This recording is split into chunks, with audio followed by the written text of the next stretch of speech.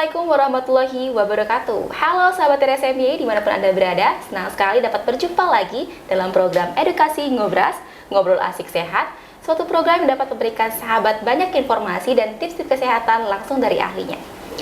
Nah, episode kali ini Ngobras mengundang dokter spesialis penyakit dalam konsultan pulmonologi untuk berbagi informasi tentang penyakit tuberkulosis atau yang biasa disingkat dengan TBC. 24 Maret diperingati sebagai Hari Tuberkulosis Sedunia. Tema untuk Hari Tuberkulosis Sedunia tahun ini, tahun 2024 adalah Yes, We Can End TB atau Ya, kita bisa mengakhiri TB. Tema Hari Tuberkulosis Sedunia 2024 ini menegaskan pentingnya kesadaran, pendidikan, dan tindakan bersama dalam memerangi penyakit menular yang telah ada sejak lama ini. Apa sih TBC itu? Apa penyebab terjadinya penyakit TBC dan apakah TBC bisa disembuhkan secara total? Baik, kita akan dengar langsung jawabannya dari narasumber kita hari ini. Tanpa berlama-lama lagi, baik, langsung saja kita sapa dokter kita hari ini, Dr. Merianson SPPD, konsultan pulmonologi Vinasim, yaitu spesialis penyakit dalam konsultan pulmonologi yang ada di M- Bengkulu. Baik, selamat pagi, dokter. Pagi. Baik, bagaimana kabarnya hari ini, dok? Baik. Oke, apakah masih semangat berpuasanya, dokter? Iya, tetap semangat. Alhamdulillah.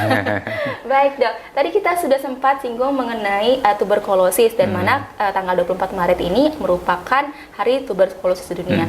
Baik, dok. Mungkin teman-teman sahabat RSMB di rumah sudah sedikit mengetahui apa itu TBC, tapi mungkin secara detail belum tahu lebih jauh ya, dok ya. Baik, untuk penyakit TBC itu apa, dok, pengertiannya? Iya, jadi TBC, tuberkulosis, penyakit tuberkulosis itu penyakit infeksi kronis ya yang disebabkan oleh kuman Mycobacterium tuberculosa. Itu adalah nama kumannya ya, Mycobacterium tuberculosa. Nah, infeksinya bersifat kronis ya, bisa terjadi pada paru dan organ-organ lain juga, seperti bisa pada tulang, pada pelapis paru ya, bisa pada banyak sekali ya, bisa pada otak nantinya. Tapi yang umumnya yang masyarakat kenal itu tuberkulosis paru ya, yang menginfeksi paru ya. Betul. Baik, itu bagaimana seseorang itu bisa terinfeksi tuberkulosis, dokter? Penyebabnya seperti apa, dok? Ya, jadi penularan. Jadi ya, tuberkulosis kan melalui penularan dari orang yang dari kuman ya, bisa dari orang yang terinfeksi paru, kemudian dia batuk ya, kan dari batuk itu keluarlah sekret atau air ludah ya, air ludah, kemudian yang berupa droplet ya.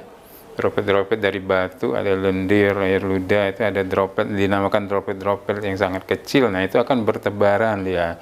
Nah, ketika kita kontak dengan orang tersebut, maka kita akan tertular atau terinfeksi. Jadi, kuman Mycobacteriumnya kita terinhalasi, terhisap oleh kita, maka dia menyerang di saluran napas, dari saluran napas atas. Bila pertahanan kita kurang, terus dia masuk sampai ke paru-paru nantinya, ya, ke jaringan paru nantinya, ya. Berarti tertular dari orang yang sudah menderita sebelumnya? Iya, jadi pokoknya dia tertular oleh kuman Mycobacterium tuberculosis ya. Oke. Jadi untuk mengetahui bahwa orang itu sudah tertular, itu prosedur pemeriksaannya seperti apa, dok? Iya, jadi kalau pemeriksaan kan meliputi yang pertama itu dari wawancara ke pasien, misalnya ini orang ini ada gejala ke tuberkulosis, maka ada wawancara, pertanyaan-pertanyaan atau anamnesis kalau dalam bidang kedokteran. Kemudian dilakukan pemeriksaan fisik ya, pemeriksaan fisik pasien. Kemudian untuk meyakinkan lagi diperiksalah pemeriksaan penunjang nantinya, ya begitu ya. Baik, untuk berarti di awal itu nanti ada wawancara dulu ya, ke pasien, dok. Itu mengenai apa, dok, yang diwawancara? Ya, jadi mengenai misalnya riwayat batuknya bagaimana, batuknya berapa lama sudah ya. Karena pada orang-orang tuberkulosis kan ada biasanya batuknya sudah agak lama ya, biasanya lebih dari 2 minggu biasanya. Kemudian batuknya bersifat bagaimana, apa ada dahak atau batuk kering. Kemudian ada tidak tanda-tanda sesak ya. Kemudian ada juga apakah ada demam ditanya. Kemudian lingkungan pasien juga ditanya, bagaimana tempat tinggalnya, bagaimana, apakah ventilasinya cukup atau tidak, kan begitu ya. Banyak mempengaruhi juga ya. Oke, baik. Terus tadi setelahnya baru nanti akan ada pemeriksaan gejala. Gejala seperti apa, Dok, yang mungkin timbul? Ya, jadi gejala tadi kalau kita curiga bahwa ini khusus ke paru ya, tuberkulosis paru, kan banyak tuberkulosis. Jadi pada tuberkulosis paru ya kita tanyakan gejalanya ya, gejalanya berupa biasanya batu-batu yang lebih dari 2 minggu tadi, batu, kemudian ada sesak ya, atau ada nyeri dada, tergantung tingkatan penyakitnya ya. Ada juga yang ada batuk darah ya. Nah kemudian ada juga keluhan-keluhan yang lain ya di luar saluran napas tadi, keluhan-keluhan lain bisa demam, kemudian tidak nafsu makan, lesu ya, dan kemudian ada penurunan berat badan ya, ada penurunan berat badan karena tidak nafsu makan, tidak mau makan, akhirnya terjadi penurunan berat badan ya. Oke, oh baik dokter. Terus nanti setelah dilihat gejala-gejalanya, terus ada pemeriksaan pendukung tadi dokter? Nah ya, ada ini pemeriksaan kalau dulu kan ada pemeriksaan bakteri tahan asam BTA ya, bisa dilakukan di fasilitas kesehatan dari tingkat 1 sampai tingkat berikutnya ya, di puskesmas bisa kita periksa BTA. Nah kemudian itu kan dahaknya diambil ya, dahak pagi hari diperiksa di mikroskop ya. Nah kemudian ada lagi yang sekarang pemeriksaan yang lebih canggih itu TCM namanya, tes cepat molekuler ya. Nah itu dilakukan pemeriksaan tes cepat molekuler dan hasilnya akan segera kita dapatkan ya, tidak lama pemeriksaannya, hitungan jam dia sudah kita dapatkan apakah dahaknya mengandung Mycobacterium atau tidak ya. Berarti kalau dibandingkan sama yang tadi yang di awal BTA itu Ya lebih lebih lama. Kalau ini lebih akurat ya, lebih canggih dan lebih cepat. Oke, baik. Kemudian ada satu lagi putu ronsen, putu torak, putu dada ya. Nah kalau terinfeksi tuberkulosis ya, yang sudah agak lama biasanya akan ada gambaran kerusakan parunya, kerusakan jaringan parunya kelihatan di putu ronsennya ya. Oh, berarti sampai ke rongsen juga ya, harus dipastikan. Iya. Oke, baik dok. Kalau misalkan apakah ada usia tertentu dok yang mungkin rentan, ataukah semua usia, atau memang ada usia tertentu yang rentan kena TB? Iya, jadi tuberkulosis kan tergantung dengan daya tahan tubuh kita, kemudian tergantung dari status gizi pasien. Jadi kalau yang rentan, umur yang rentan sudah pasti itu pada umur anak-anak, balita ya, yang sistem pertahanannya belum optimal kan. Nah, terus pada orang-orang tua, nah itu yang sering terjadi ya. Nah, yang paling banyak kalau untuk dari segi usia ya. Nah, tapi ya banyak sekali yang dewasa muda, banyak juga ya. Ya apalagi karena ada kebiasaan-kebiasaan merokok yang mengurangi sistem pertahanan di saluran nafasnya ya. Oh baik. Ya. Oke, ya menarik sekali ya. Jadi tadi dokter juga sudah menyebutkan bahwasanya TBC itu tidak hanya di paru-paru ya dok ya, tapi ada di organ lain. Mungkin boleh di-spill sedikit dok yang di organ lain. Jadi Mycobacterium tuberculosis itu ya, selain di paru yang paling banyak kan mungkin di paru. Masyarakat kita kenal tuberkulosis paru, TB paru ya, itu karena memang banyak yang terinfeksi di paru-parunya. Nah, tapi banyak juga kasus-kasus yang kita temukan di organ-organ lain. Jadi kan penyebaran selain dari tadi ya, dari droplet, dari batu ya, dari percikan ludah, lendir tadi. Nah, kemudian ini paru ini, kuman ini juga bisa menyebar dari aliran darah, kemudian aliran limpe ya dari sana. Jadi bisa saja misal dari pusat ya, misal kita kan terinfeksi ya, ada di dalam ini ada kuman Mycobacterium tuberculosis, nah dia akan menginfeksi di organ lain melalui aliran darah dia. Nanti ada ke tulang, kemudian bisa juga ke hati ya. Bisa kalau pada wanita sering sekali pada indung telurnya terinfeksi melalui aliran darah dan aliran limpe dia begitu ya, penularannya ya. Berarti banyak tempat. Banyak sekali, banyak tempat ya. Berarti kalau untuk pemeriksaan yang di luar dari paru-paru itu nanti berbeda lagi pemeriksaan? Iya, berbeda lagi. Biasanya begini, misal ya, pada pada wanita misalnya, misal ada apa yang umum itu ada mioma uteri. Nah, kemudian kan dilakukan operasi ya, kemudian di biopsi ya, diperiksa patologi anatomi, ternyata penyebabnya gambaran dari patologi anatominya ya, itu khas disebabkan oleh tuberkulosis. Maka pengobatannya dengan obat-obat tuberkulosis, sama dengan tuberkulosis paru tadi. Ya. Berarti dapat terdeteksi setelah Iya, diambil. diambil tempat penyakitnya ya, diambil misalnya tumor, ya, diambil tumornya, dilakukan pemeriksaan patologi anatomi. Atau juga masih di sekitar paru tapi di lapisan paru, itu ekstra paru namanya ya. Itu. Nah, atau juga di kelenjar, kan kita banyak kelenjar-kelenjar, ada pembengkakan kelenjar-kelenjar, kan banyak kemungkinan penyebabnya. Nah, banyak juga ditemukan akibat tuberkulosis ya, setelah dilakukan kan ada benjolnya di biopsi atau ya di biopsi nanti diperiksalah ke laboratorium patologi anatomi ya. Nah, ternyata penyebabnya juga tuberkulosis, Mycobacterium tuberculosis ya. Pengobatannya juga dengan obat anti tuberkulosis ya. Oke, baik, karena penyebabnya sama ya, Dok ya. Penyebabnya sama. Oke, terus nanti Dok, tadi kan dokter sudah bilang juga bahwasanya yang rentan terhadap penyakit-penyakit ini orang-orang yang mungkin immunity sistemnya lebih turun ya, atau tadi anak-anak ya, Dok ya, ataupun lansia. Nah, kalau misalkan anak-anak yang sudah nih, Dok, divaksin BCG biasanya kan, Dok ya, apakah memang nanti ada kemungkinan untuk terinfeksi ataukah berkurang? Iya. Ya, jadi vaksin BCG itu salah satu ya usaha untuk mencegah terinfeksinya kuman Mycobacterium tuberculosis ya pada anak-anak biasanya kan.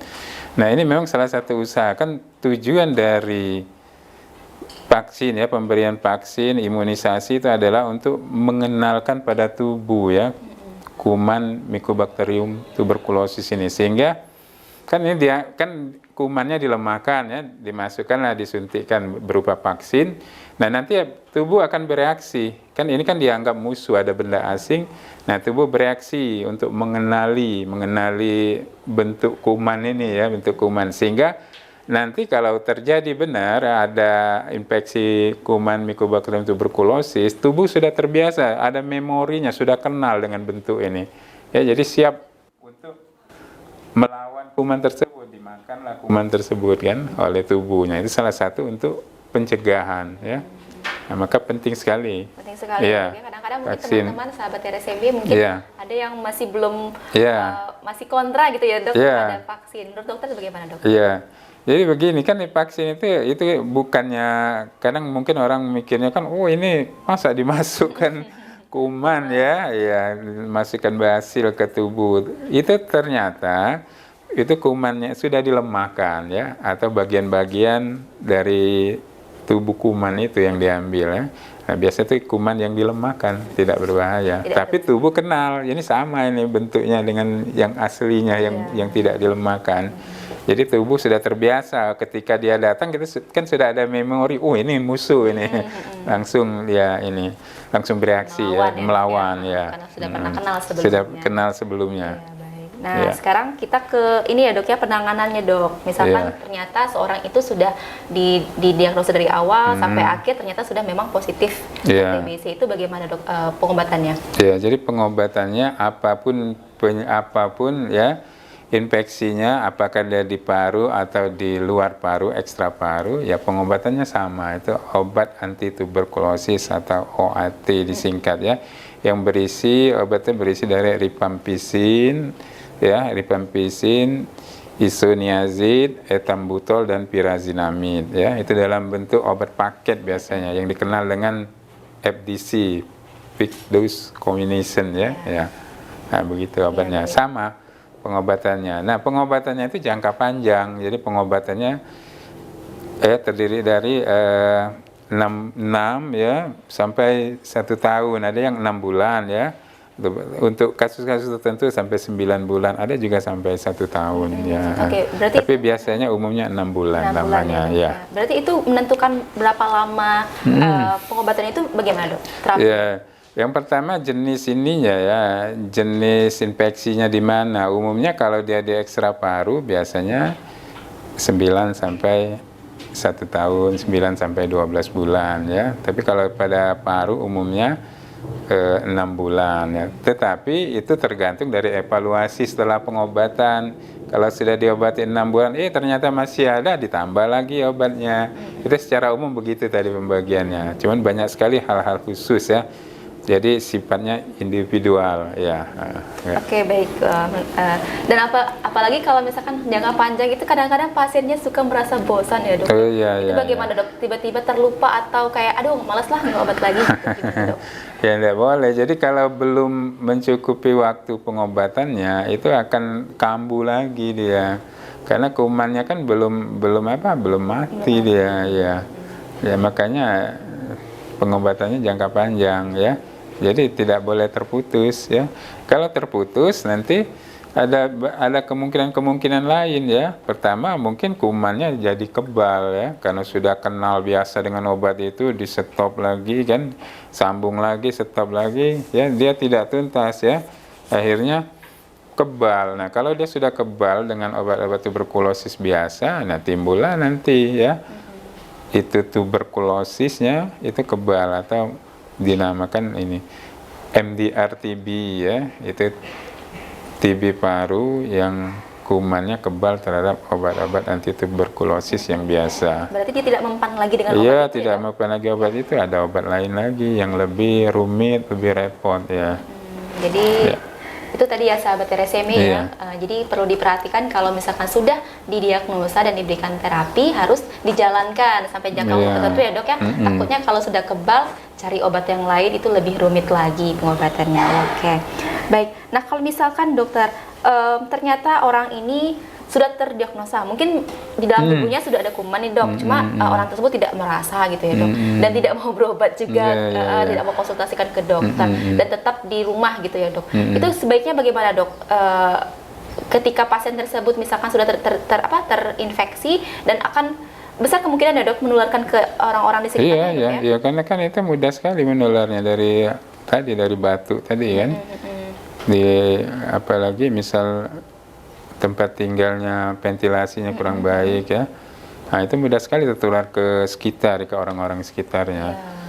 Nah, makanya memang harus ada yang memotivasi untuk periksa ke fasilitas kesehatan ya. Kalau ada gejala-gejala demikian, dimotivasi oleh anggota keluarga yang lain. Nah, kemudian ya kalau sudah ada batu-batu begitu kan harus pakai masker ya di rumah itu ya. Ya supaya kan banyak kemungkinan penyakitnya.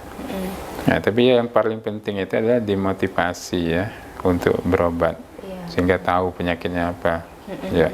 Berarti dukungan keluarga dukungan keluarga sangat penting ya. Kadang-kadang mungkin ketika sudah tahu TB malah dijauhin gitu, Dok. Iya. itu zaman dulu ya, diasingkan, kalau enggak lagi. Enggak lagi ya, Dok ya. Iya, karena sudah perkembangan ilmu dan teknologi, terus sudah tingkat kepahaman terhadap penyakit tuberkulosis kan sudah bagus sekarang kan, bahwa bukan penyakit yang harus dihindari atau dikucilkan pasiennya, tidak lagi, bukan seperti dulu. Iya. Oke. Baik, Dok. Oke, dan itu tadi kalau misalkan orang itu mungkin punya penyakit penyerta lain, Dok. Terus ternyata orang tersebut terdiagnosis tuberkulosis juga, apakah akan ada komplikasi, Dok, ke penyakit penyertanya? Misalkan contohnya seperti DM atau hipertensi. Oh iya, umumnya begini ya. Kan tuberkulosis ini banyak terjadi pada pasien-pasien yang daya tahannya lemah atau daya tahannya menurun. Yaitu bisa pada penyakit-penyakit tertentu, misalnya pada diabetes mellitus atau kencing manis, itu kan daya tahannya turun pada orang DM.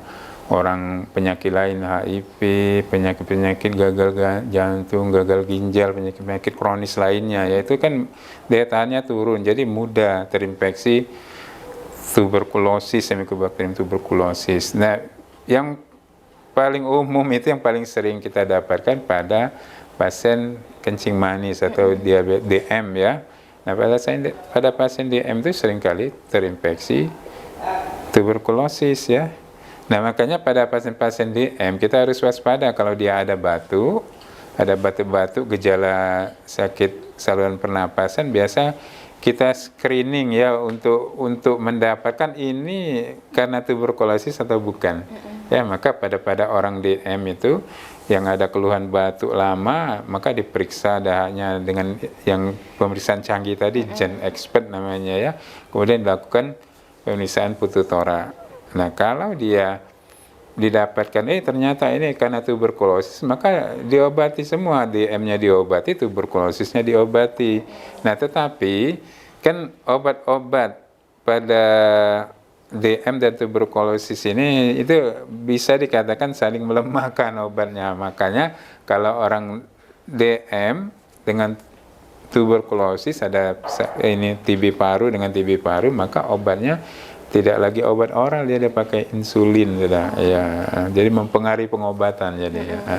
Jadi yang awalnya dengan obat oral ngobatin DM-nya, nah sekarang karena ada tuberkulosis dengan insulin, sehingga tidak saling melemahkan, sehingga gula darahnya terkontrol. Kalau gula darah terkontrol, penyembuhan penyakit parunya lebih mudah dibandingkan kalau gulanya tidak terkontrol atau tinggi terus ya, dia tidak sembuh-sembuh parunya. Berarti emang harus konsultasi ke dokter. Iya, benar. Kalau ada penyakit lain ya. Itu paling umum pada penderita DM ya. Kalau yang lain tidak terlalu demikian ya. Oke, baik ya. Jadi kalau misalkan ini tetap harus berkonsultasi dulu dengan dokter ya, sahabat RSMI ya, bagaimana apa yang terbaiknya untuk pengobatan. Jadi takutnya kalau tetap jalan ternyata ada interaksi obat di antara itu, jadi kan merugikan pasien ya dok ya.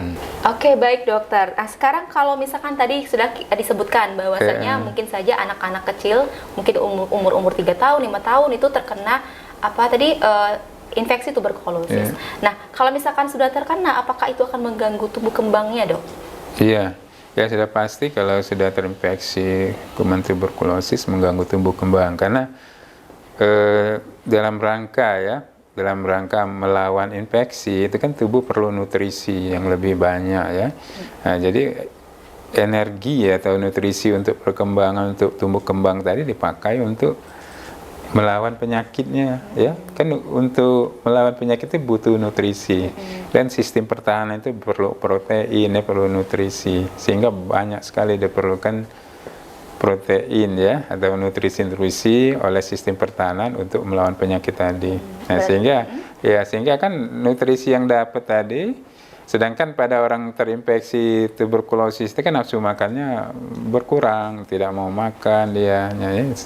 Kondisi yang begini memperparah, jadi akhirnya tumbuh kembangnya terganggu. Iya. Berarti untuk mengimbanginya dok supaya tidak terlalu terganggu gitu, atau mungkin bisa diantisipasi supaya tidak terganggu secara berkelanjutan dok? Iya. Jadi begini, jadi pencegahan ataupun kalau sudah terkena ada gejala ke arah tuberkulosis, cepat berkonsultasi dengan dokter. Jadi dibawa sedini mungkin. Kalau ada gejala kan pada anak-anak tidak khas kalau kena infeksi tuberkulosis, misal tuberkulosis paru pada anak itu tidak khas, tidak seperti orang dewasa. Jadi harus berkonsultasi kalau sudah anak tidak mau makan, sering demam malam ya, kemudian pertumbuhannya terganggu, cepat berkonsultasi ke dokter spesialis anak ya. Maka biasa dokter spesialis anak kemungkinan tuberkulosisnya sudah dipertimbangkan, maka dilakukan pemeriksaan tertentu. Salah satunya kalau pada anak itu dilakukan pemeriksaan mantuk tes ya. Kalau dilakukan putu torak seperti pada orang dewasa, nah pada anak-anak tidak khas gambarannya ya. Bisa saja normal dia putu toraknya, padahal dia mengidap tuberkulosis paru ya. Nah begitu. Ya, jadi sangat diperlukan tindakan sedini mungkin ya, berkonsultasi dengan dokter spesialis anak. Ya. Segera ya dok ya. Segera. Tunggu dulu ya dok ya. Baik, terus nanti ketika pasien sudah mengkonsumsi obat tuberkulosis, apakah nanti ada kemungkinan untuk sembuh total dok? Ya, jadi kalau pengobatannya dilakukan sesuai dengan pedoman, ya insya Allah ya, kemudian sistem pertahanannya bagus, nutrisinya bagus, kan harus makan makanan yang bergizi dan pola-pola hidup sehat, ya biasanya sembuh total ya, pengalaman kita menata laksana pasien ya, nah, itu sembuh total ya. Kecuali ada kondisi-kondisi tertentu ya. Iya. Yang khusus ya dok ya? Iya. Terus apakah nanti bisa kemungkinan kambuh kembali dok? Iya, jadi bisa kambuh lagi ya. kadang-kadang begini karena kondisinya imunnya turun lagi ya, walaupun bukan kelanjutan dari yang penyakit yang lama, ini kan sudah sembuh ya, sudah bersih paru-parunya, bisa terkena lagi, bukannya kelanjutan yang lama tapi terinfeksi baru lagi. Ya semua kita ini berpotensi untuk tertular kan, tergantung daya tahan kita ya. Tetapi bukan serta-merta begitu kita kontak dengan orang-orang tuberkulosis langsung kita tertular, tidak, tergantung daya tahan kita tadi ya. Oke, baik dokter, sangat-sangat mendetail sekali tentang itu ya. Berarti kita juga sebagai seorang masyarakat, kita harus lebih aware lagi dengan apa yang kita rasakan ya dok ya. Baik, pesannya dok sebagai seorang spesialis penyakit dalam, konsultan pulmonologi, pesannya untuk masyarakat, untuk sahabat RSCMY, bagaimana untuk mencegah dan mengobati penyakit ini dok? Ya yang pertama kan kita harus paham dengan penyakit tertentu ya. Nah, ini khususnya ini masalah tuberkulosis ya. Nah, masalah tuberkulosis kita harus paham dulu apa itu tuberkulosis ya. Kan kita mudah sekali mencari informasi tentang itu, tinggal browsing saja apa itu tuberkulosis sehingga paham kita. Nah, jadi tindakan kita, antisipasinya terhadap kondisi yang disebabkan oleh tuberkulosis kita akan lebih mudah, lebih cepat, dan karena kita sudah paham, itu yang pertama. Nah kemudian sama ya seperti penyakit lain, menerapkan pola hidup sehat ya. Yang pertama kita makan makanan yang bergizi ya, itu semua kita sudah tahu makanan bergizi itu yang bagaimana. Kemudian aktivitas olahraga harus ada ya dalam keseharian kita, melakukan olahraga walaupun tidak lama harus kita atur gitu ya. Bisa macam-macam olahraga, yang dari yang ringan sampai yang berat. Mungkin yang ringan-ringan mudah kita lakukan ya. Nah kemudian karena kan olahraga juga meningkatkan daya tahan tubuh kita. Nah itu yang kedua. Nah yang ketiga tadi yang ini ya. Kemudian kebiasaan-kebiasaan, nah kebiasaan buruk ya, jadi lifestyle, gaya hidup buruk itu ya, salah satunya adalah kebiasaan merokok. Kalau pada orang umumnya laki-laki dewasa ya, kalau di Indonesia ini rata-rata merokok.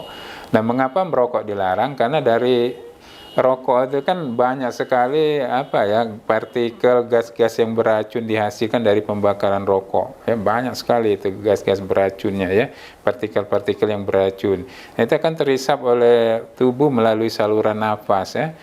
Nah ini merusak sistem pertahanan di saluran nafas, sehingga kita orang-orang perokok, orang kan bingung, ini rokok kok bisa menyebabkan infeksi, menyebabkan tuberkulosis. Bukan menyebab langsung, dia merusak sistem pertahanan.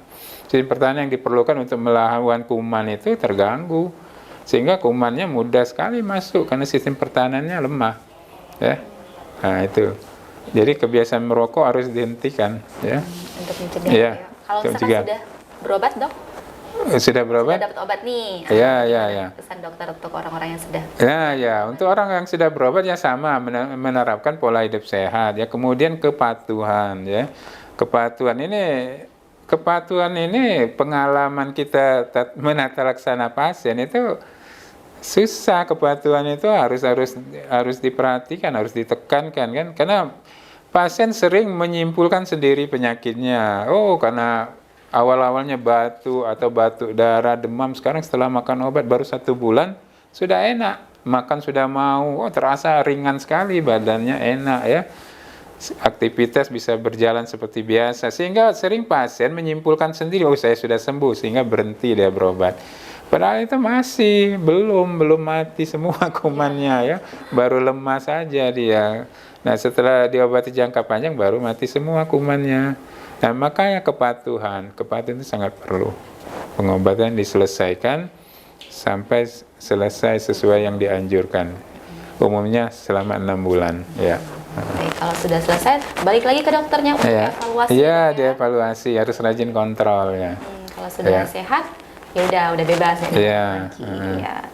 Baik sahabat RSCMY dimanapun Anda berada, telah kita dengarkan bersama informasi-informasi kesehatan mengenai tuberkulosis langsung dari Dr. Merianson, SPPD, konsultan pulmonologi, Finasim, ya, yang telah menjabarkan beberapa informasi dan juga tips-tips juga untuk kita, teman-teman sahabat RSCMY dimanapun Anda berada dan masyarakat pada umumnya, yang mana bagaimana cara kita mencegah terjadinya TBC, bagaimana kalau kita sudah mendapatkan pengobatan ya, dan juga beberapa hal-hal lain yang berkaitan dengan TBC.